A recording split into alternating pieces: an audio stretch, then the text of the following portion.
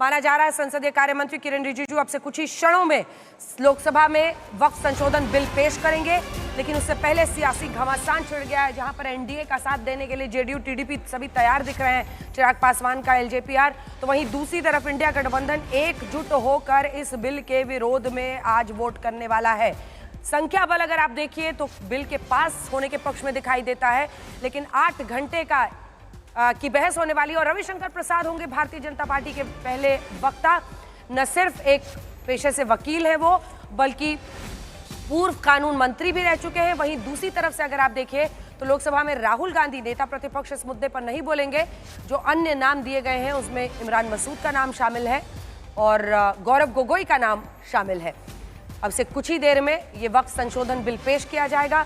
सभी खास मेहमान हमारे साथ जुड़े हुए हैं, आपका परिचय करा देते हैं। सैयद जफर इस्लाम प्रवक्ता बीजेपी के, डॉली शर्मा प्रवक्ता कांग्रेस पार्टी के, हमारे साथ सत्य प्रकाश मिश्र जी अब जुड़ गए हैं जेडीयू का पक्ष रखने के लिए, मौलाना अंसार रजा साहब चेयरमैन गरीब नवाज फाउंडेशन के, हमारे साथ शादाब जी मौजूद हैं जो कि चेयरमैन है उत्तराखंड वक्फ बोर्ड के, और आशुतोष जी हमारे साथ लगातार बने हुए हैं। सत्य प्रकाश जी जेडीयू का पक्ष। सत्य प्रकाश जी, तैयारी पूरी है ना? जेडीयू आज खुलकर समर्थन करने वाला है, सभी 12 सांसद यहाँ पर और राज्यसभा में 4 सब पक्ष में वोट करेंगे। बार बार मीडिया को ऐसा क्यों लगता है कि जेडीयू बिल का समर्थन नहीं करेगी, जब जेडीयू जितने लोग विरोध कर रहे हैं ना, सुनिए ना, जितने लोग विरोध कर रहे हैं सड़कों पर, all India Muslim personal law board हो जो जेडीयू दफ्तर के बाहर प्रोटेस्ट किया, जितने वो सब कहते हैं बीजेपी से ज्यादा कि नीतीश नायडू याद रखना, आप जो करेंगे वो हम भूलेंगे नहीं और चुनाव आपके माथे पर है।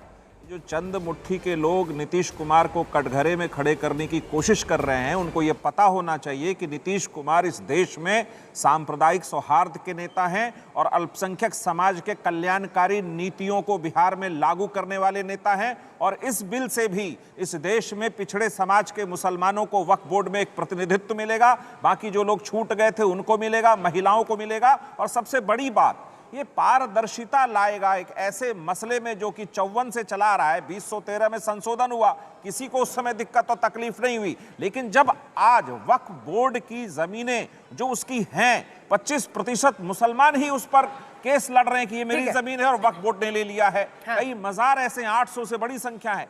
तो इन तमाम लोग, मुस्लिम समाज का एक बड़ा धड़ा इस बात को समझता है कि जो भारतीय जनता पार्टी एनडीए की सरकार करने आज जा रही है वो ऐतिहासिक कदम है। और इसको इस मुहाने पे खड़ा भारत है जहां जमीन को लेकर अब विवाद नहीं होना चाहिए, खास करके वक्फ बोर्ड की जमीन की विवाद हो जाए, किसी मंदिर मस्जिद की जमीन की विवाद हो जाए,